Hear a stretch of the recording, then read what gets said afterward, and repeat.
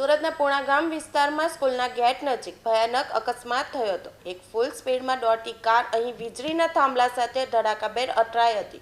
કારની ટક્કરના લીધે વીજળીનો મજબૂત થાંભલો તૂટી પડ્યો હતો।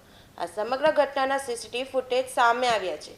પ્રાપ્ત માહિતી અનુસાર પૂણા ગામમાં સ્કૂલના ગેટ પાસે ઇલેક્ટ્રિકના થાંભલા સાથે કાર અથડાતા તૂટીને થાંભલો પડી ગયા હોવાની ઘટના સામે આવી છે।